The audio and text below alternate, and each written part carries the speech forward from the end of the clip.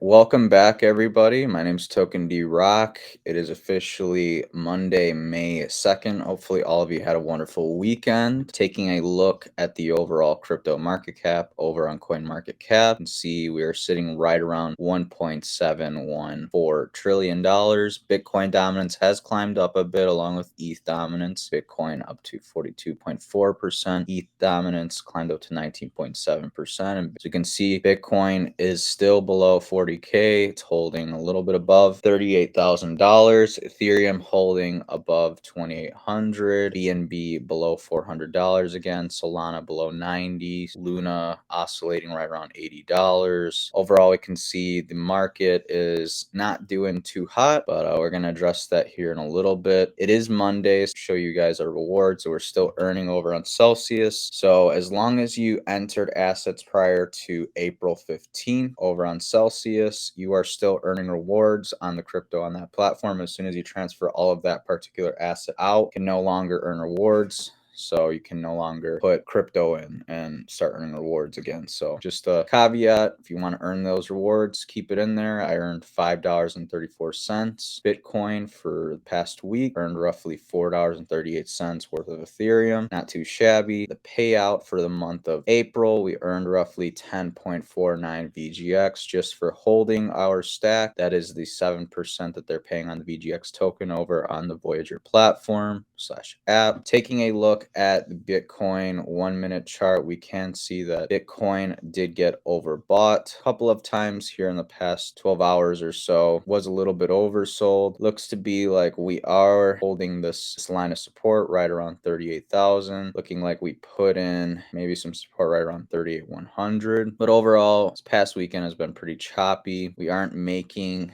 significant higher lows. Looking at the 1-hour chart for Bitcoin, again, we can see that Bitcoin is not doing too hot because, again, zoom out from this high back over here around 48,000. We, for the most part, have just been putting in lower highs. Like from here to here, finally put in a higher low, and we put in a lower high, higher low right up here. Then, yeah, look at this. Not the greatest look, you guys, and it's because of the earnings reports that came out last week that was showing a lot of companies were down by millions, if not billions of dollars in sales, because as stimulus starts drying up across the board, it's less money in people's pockets, meaning less money circulating around the economy, which results into a drop in sales and stuff like that, recession potentially. And if we want to take a look at the bigger picture, you guys, on the 1-day chart, we can see that Bitcoin is landing right in our yellow number 4. We'll see if that holds. I am not too bullish right now. Personally, I think we're going to go at least down to here. Worst case scenario, probably down to here somewhere. As you can see, we are not obeying that trend line whatsoever. We've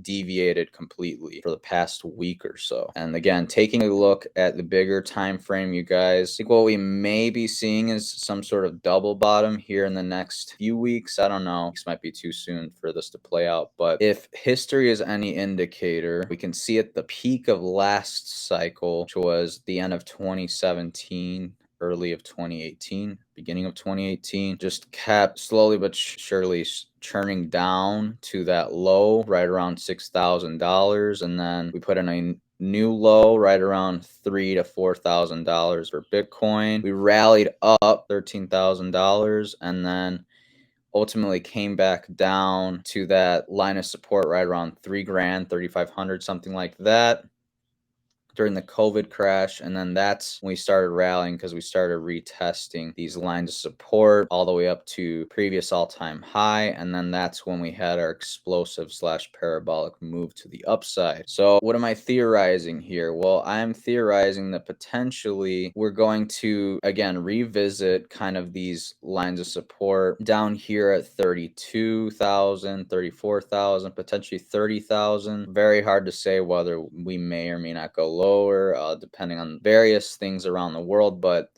again, the Fed is meeting this week, and whether they are super hawkish with their delivery or semi-hawkish will send the markets tumbling or rallying, one way or another. So what I'm trying to explain here is I think we're going to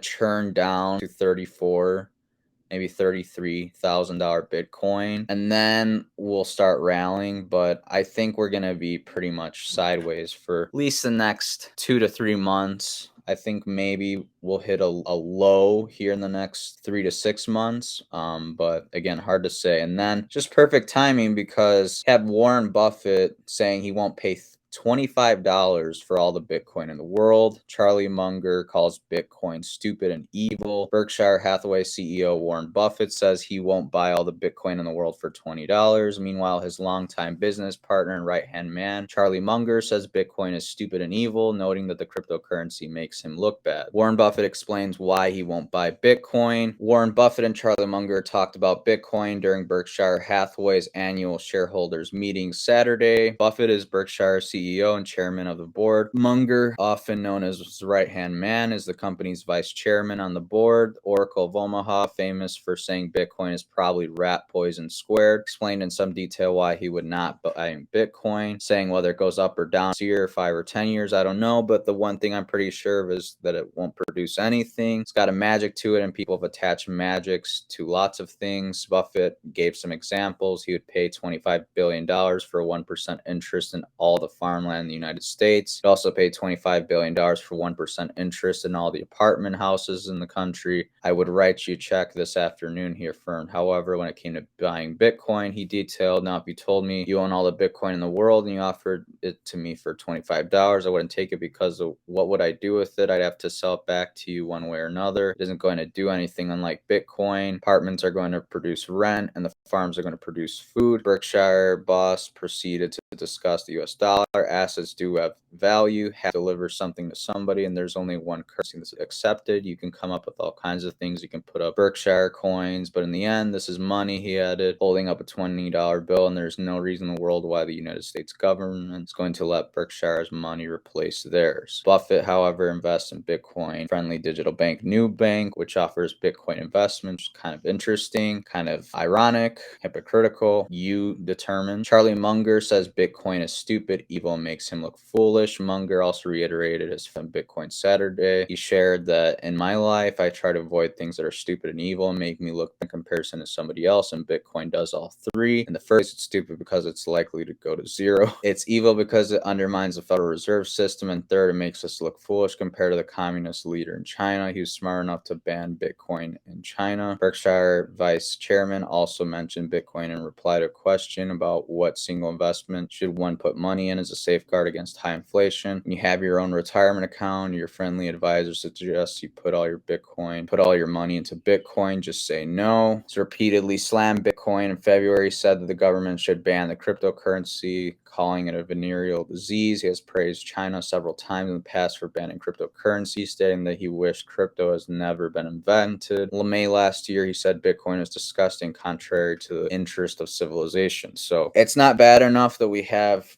worries over a hawkish delivery from Federal Reserve. He's over on May 4th. But then you have Buffett and Munger flooding the market. Like, what gives? And the fun doesn't end there because Crypto.com nerfs card rewards program. Crypto.com announced that it massively nerfing its existing credit card rewards program from June 1st with reduced earned rates, capped rebates, and elimination of CRO staking rewards. So Crypto.com is the latest in the scope of the SEC and stake regulators starting June 1st, 2022. Rebates from the card will be approximately half. Rebates will now be capped and staking rewards will be eliminated. This kind of breaks it down for you. I personally don't use Crypto.com a whole lot. I have a little bit of Chronos on their app, but besides that, I don't really use Crypto.com. I was thinking of doing potentially a interest update for all these platforms now, considering that if you don't have any assets on Celsius and you're a US investor and you're not accredited, well, you can't earn any yield. So it's kind of almost pointless to post that,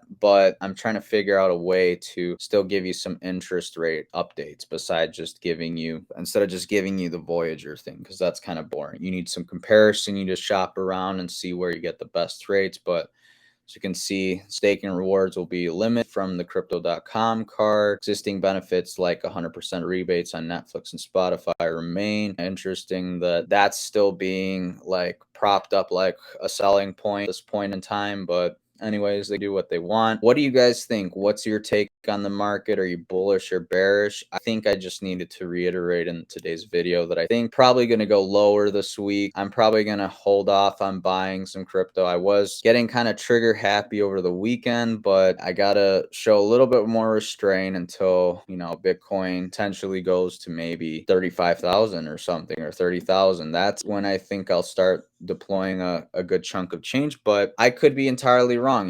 Maybe in the short term it rallies, and then maybe we come back down to these levels later on in the year, maybe in July or August or something. Maybe that's when we double bottom or something down to $33,000 Bitcoin. No one freaking knows. And then I don't know if you guys saw, but Bitcoin becomes an official currency in the Central African Republic, overtaking regional cryptocurrency frontrunners such as Kenya, Nigeria, to become the continent's first nation to officially adopt Bitcoin as legal tender. El Salvador is the other country that officially made Bitcoin legal tender. Ukraine's kind of in that iffy zone. We're still not sure whether it's legal or not, but either way, it's being utilized like crazy among its citizens and stuff like that, via donations and other efforts. That's just another domino, you guys. Like, it's just a matter of time before more and more countries adopt Bitcoin. And one thing I do need to point out is that if the US heads into a recession here in the next 3 to 6 months, there's a saying that goes like, if America sneezes, the world catches a cold. So what that really means is if the US dollar, the value goes up, or DXDY goes up like crazy, we're going to see inflation like we've never seen before in other countries. So basically, if the US goes heavily into recession, you can guarantee it's a depression for a large majority of the rest of the world. So be wary, don't be fearful, but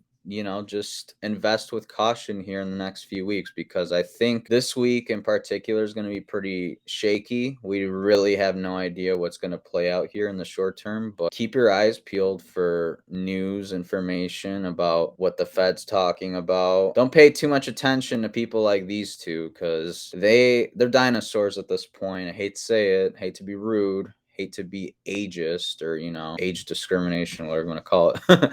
But these guys are dinosaurs. They're not going to be around here forever. And with that, times will have to change.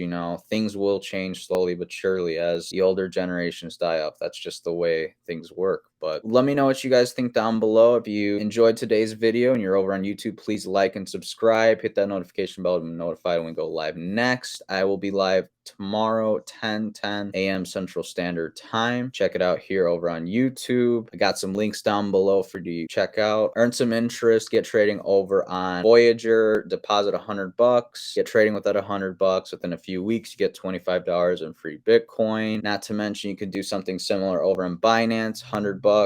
Get trading with that, get 10 free USD. You're gonna sign up for BlockFi's Visa Signature Rewards card, where every purchase for your first 3 months that you own the card gets you 3% back in Bitcoin. After that, goes down to 1.5%, but still pretty juicy. Those Satoshis, guys, whether it's a few thousand, a few 10,000, a few 100,000, or even a whole whopping million Satoshis, those will add up big time in the long run, because again, there's only going to be so many people that potentially own a full Bitcoin, and that means there are going to be only so many people that are going to own, a tenth of a Bitcoin. If you're 0.01 to 0.1, that's a good start. If you haven't started yet, maybe now's the time. While the market's starting to go down, we're starting to get juicier prices. I think long-term Bitcoin is going to outperform a lot of things that we can't even conceptualize. I'll see you guys tomorrow, and until then, have a great day and invest wisely. Take care.